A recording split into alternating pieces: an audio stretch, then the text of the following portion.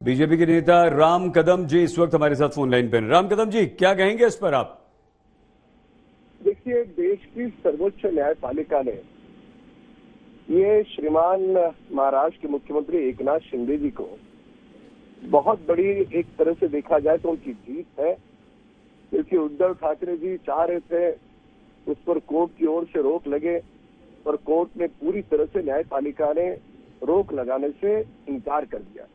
तो ये जो हजारों लाखों कार्यकर्ता है उनकी जीत है, वे भी वही चाह रहे थे।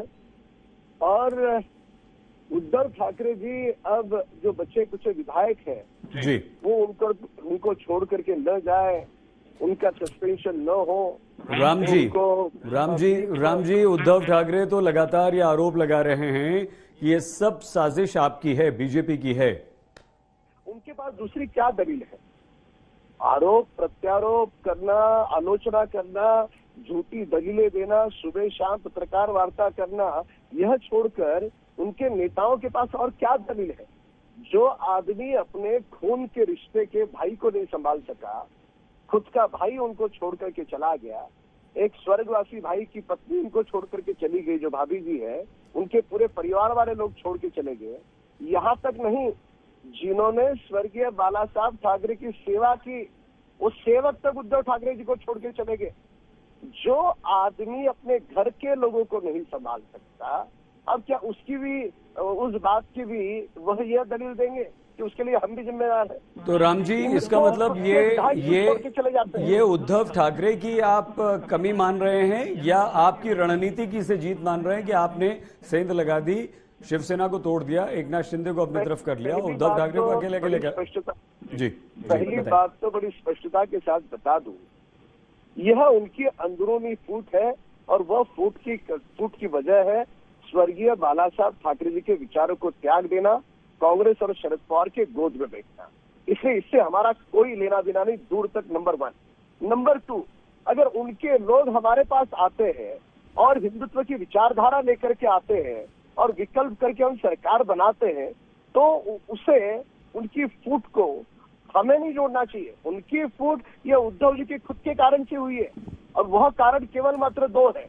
एक, स्वर्गीय बाला साहब ठाकरे ने कहा था कांग्रेस के साथ जाने का अगर मौका मिला तो मैं मेरे दल को बंद कर दूंगा, पर कांग्रेस के साथ कभी नहीं जाऊंगा। लेकिन राम जी, यहाँ विचारधारा की आप बात कर रहे हैं, बाला साहब ठाकरे की विचारधारा की बात कर रहे हैं, लेकिन उद्धव ठाकरे तो ये आरोप लगाते हैं कि बीजेपी की दृष्टि पूरी शिवसेना पर है, शिवसेना की संपत्ति पर है, शिवसेना के विधायकों पर है, और आप पैसा खर्च करके, करोड़ों रुपया खर्च करके ये सब अपनी तरफ कर लेना चाहते हैं।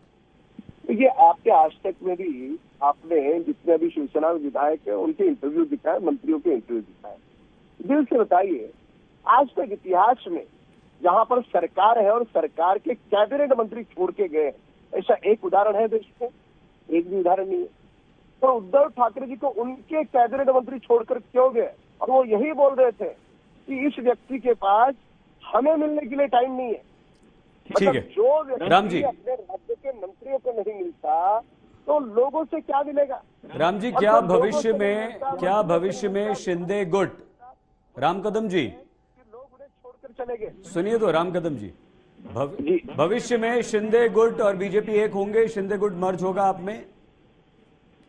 देखिए, शिंदे गुट आप नहीं कहिए, वह असली शिवसेना है। शिवसेना और बीजेपी एक होंगे भविष्य में? शिवसेना और भाजपा दोनों का अलायंस रहेगा, साझा सरकार हम चला रहे हैं, और आने वाले चुनाव भी, जैसे हमारे शीर्षस्थ नेताओं ने कहा है, दोनों दल मिलकर के लड़ेंगे। तो ये शिवसेना राम जी, शिवसेना ही रहेगी, बीजेपी में सब लोग, एकनाथ शिंदे और सारे विधायक नहीं आएंगे, मर्जर नहीं होगा? मर्जर का कोई संभव ही नहीं है, मर्जर का कोई विषय नहीं है। वो अपना दल है, वो दल और बीजेपी दल दोनों विचारधारा एक है करके साझा सरकार चलाएंगे, साथ में चुनाव लड़ेंगे अलायंस में। बहुत धन्यवाद राम कदम जी, नेता बीजेपी, धन्यवाद आज तक से बातचीत करने के लिए।